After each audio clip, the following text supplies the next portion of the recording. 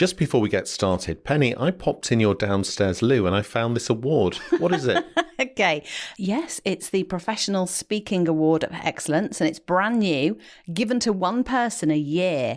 And it's from the Professional Speaking Association, which is the industry, or my trade association, if you like, who have awarded me the Professional Speaking Award of Excellence, which means, Steve, I'm excellent at speaking. And I love it because it's a real recognition of the last, 10 years of really hard work on my part to understand how to be a brilliant speaker and how to work hard in the industry and get known for that. So it's a bit like the Speaker Hall of Fame. That's what they call it in the States anyway. Hurrah for me, right? Congratulations. Thank you very much. Hi, this time on the Penny Haslam podcast, why do we set ourselves up for failure so often with big goals? And I've been really dragging this round like a big old boulder, this thing on my shoulder, just like, oh, you should be doing that. Oh, you shouldn't. You haven't, have you, failure? Whatever your goal is, put it at the top of your pyramid. Everything needs some steps towards it. And that in of themselves, those steps are highly rewardable.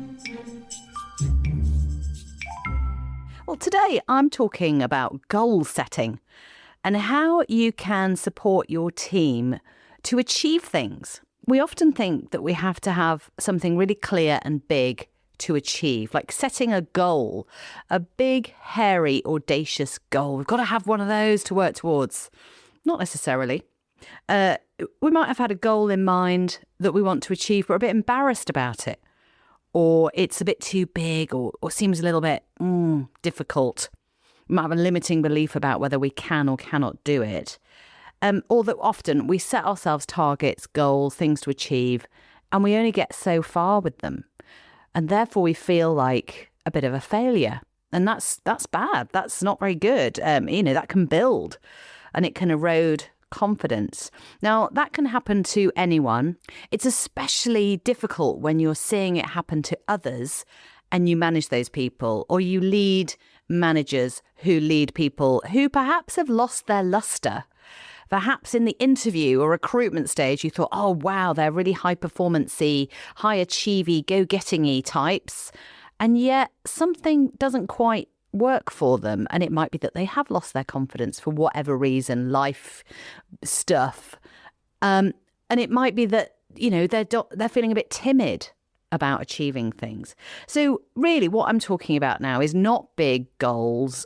We're going to go for some low-hanging fruit, because the process of what I'm about to share with you, actually, the process of this is incredibly useful for acknowledging that there are steps along the way to achieving things that in of themselves are valid and praiseworthy and deserve acknowledgement. So it's a really useful tool for, in one-to-ones, in developing people, in helping them progress their careers. And it's a tool that you can use that is external to a computer. I know that sounds a bit weird, but so often we put loads of things like this onto spreadsheets and, Slack and project management stuff that we can lose the humanity of it, and it becomes a bit clinical. It might be sort of some sort of KPI reporting document. But what I'm talking about is this. It's a triangle, right? Okay, I've got one in front of me, actually. It is a triangle that fills an entire A4 piece of paper. Now, I've drawn my triangle in a landscape, which gives me more triangle base, I have to say. And at the top of the sheet, on the right-hand side, I usually use these for goal setting, whatever it is. I put what my goal is. So I'm going to get into some examples in a minute, but if I just get you to visualize for a minute what this could look like for you. And in fact, if you've got a piece of paper and a pen right now, draw along at home. So drawing a big triangle, and then using a ruler, if you want, or just freehand, draw some lines across it, which are big enough to write on, and then divide those lines up into bricks. Do you remember how to do that when you used to draw a brick wall when you were a kid? I used to love drawing brick walls. Bit strange I was, I know. But I used to find it quite fascinating that I could intersect a line halfway through, and then the next line down intersect that at the halfway point. So you end up with kind of bricks in that kind of classic house building, bricklaying mode where, they go on top of each other over the seam. Yeah, okay, you know what a brick wall looks like. I'm sure you can draw one, dead easy. So yeah, there you have ultimately a board of squares forming a triangle that all point towards your goal. Now, this I was first shown by a goal-setting expert called David Heiner in a much more in-depth way, actually. And I never used it in the in-depth way because I couldn't be bothered and I was a bit time poor. But I do use them regularly for laying out what it is I need to do in order to achieve what I want. And in those different bricks, you can write all the things that you need to do in order to achieve what you want. And it doesn't have to go in any particular order. You don't start down at the bottom left-hand corner and work your way along like a massive game of snakes and ladders with Jeopardy. Like, I haven't done it yet. I'm a failure. No, you just wake up and look at it and go, oh, do you know what? I really feel like completing that today or starting that today. So to the examples, which I think is probably the best way of demonstrating how the goal-setting pyramid works. It's an exercise I run in my masterclasses and workshops when we're talking about building workplace confidence. And it's a tool associated with the idea that you may be saying to yourself that you can't do certain things. And then I add the word yet in. So we all become yetis and we say, I can't do that thing yet. I'm going to. And what are you going to do? What are you going to do about that? I'm going to read a book on it. I'm going to watch a TED talk. I'm going to ask a friend. I'm going to have a meeting with a colleague. I'm going to do this, that, and the other in order to either skill up or develop a network, build a network of, professional people, or get a qualification, a certification, from a professional institute, or just have a coffee with some people you don't yet know. So there's lots of things that you might want to achieve that would enable you to do more in your role or progress your career or, achieve stuff on a project. It doesn't have to be workplace. You can do personal stuff as well. Loads of people I've worked with have used this for personal things like, do you know what? I haven't decorated my hallway for 2 years. It's been plastered, but I've never got round to working out what I'm going to do with it in terms of wallpaper or paint or the colour or who's going to do it or am I going to do it and when am I going to do it? And so the point is we have these things that we want to achieve, but we often don't get going on them because, well, many things. But I would suggest one of the fundamentals is a fear of failure or a fear of the unknown and the discomfort of that. So grabbing your triangle, as it were, think about something you want to achieve, or perhaps you've got a colleague who perhaps is just holding back on something.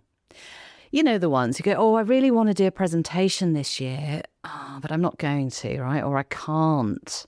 Or I really want to lead that meeting, but I can't. I'm too junior, or I'm too senior, or I don't have enough experience, or I'm shy, Whatever people are telling themselves, whatever you're telling yourself that's holding you back, just put that aside for a minute and let's see if we can map something out on the triangle. Sorry, pyramid. I love it as well, by the way, because it's on paper. And when it's on paper, it means you've used your hand and a pen to write it down. It has a greater connection to the brain. So it goes in the memory, but also goes in the brain as something to be cooking, even while you're sleeping. So you're posing the suggestions to the brain to work on. It's incredibly powerful. And also what it means is because it's a piece of paper, you then have to blue tack it, don't you? You have to stick it somehow to the wall near your desk or stick it on your fridge door or just somewhere where you're going to see it a lot. So you can keep imprinting that idea in your mind that you're going to get to your goal through these various little steps in the bricks. And then you can begin to tick them off as you go along, any one of them in no particular order. That's how I like to roll with it. The lazy woman's way to the goal-setting pyramid is just to see what I fancy. Because some things on our goals, on our journey towards arriving at our goals and achieving that thing are outward facing. So that might be making a call. And some things are inward, more like watching a video or reading a book. Now, I don't know about you, but some days I'm like, oh, yes, I can call or email anyone and they will do whatever I want them to do because I have the power and the confidence and I'm feeling extroverted or communicative or clear-headed or whatever. But other days I wake up and I go, oh no, I couldn't do that. Who am I to be emailing, someone about something? Oh no, I'm a bit shy now. I'm feeling shy today. And so I'll go for some more inward work that's quiet work, maybe writing something or at least progressing towards the goal and noticing it. Okay, so you've got your triangle, you've got your idea of what you want to achieve. A couple of examples of clients who've told me what they want to work on. And by the way, in the masterclass or workshops that I do, this is really popular. So an example of one recently that I did where people worked in pairs. So I got them to work in pairs, and they were a leadership team of about 35 people who'd come in from all over the world. They ran this exercise in pairs, or we ran this exercise in pairs. And one of them talked about it afterwards and said, look, for a year now, I've been sitting on the idea of doing a webinar learning for clients. Be a live event. I would just be sitting and talking about my area of expertise. It's not something I need to have any homework with, or it's not a new area for me. I know what I'm talking about. And I'd be talking to our prospects and our clients about it. And I'd ultimately be quite useful. But I've been sitting on this idea and I keep telling myself I'm too busy, or it's not really going to work, or, and ultimately I'm just a bit frightened that it will fail. But now I've filled in the triangle with the person he was working with, and they've flushed out loads of ideas and had sort of a reignition. You know what I mean? A reigniting of the enthusiasm he had for it a year ago before it became one of those too difficult things that you put in the too difficult drawer in your desk. Anyway, he says, it looks like actually I'm halfway there. I've done a lot of the work towards this goal. I just need to do these 4 or 5 more things to get it over the line. And by working with someone in his peer group, they were going to hold each other accountable for the stuff they'd put on their goal setting pyramid.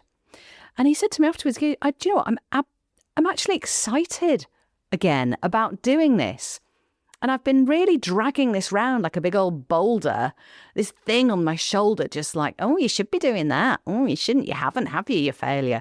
And it's been really difficult, but this has just laid it out for me in a really simple way. So I'm going to crack on with that and get it done, getting it done, right? Building his confidence. Another example is a client who came to me for help with panel discussions. And he said to me that he wanted to build his confidence as well as being good at chairing a panel discussion.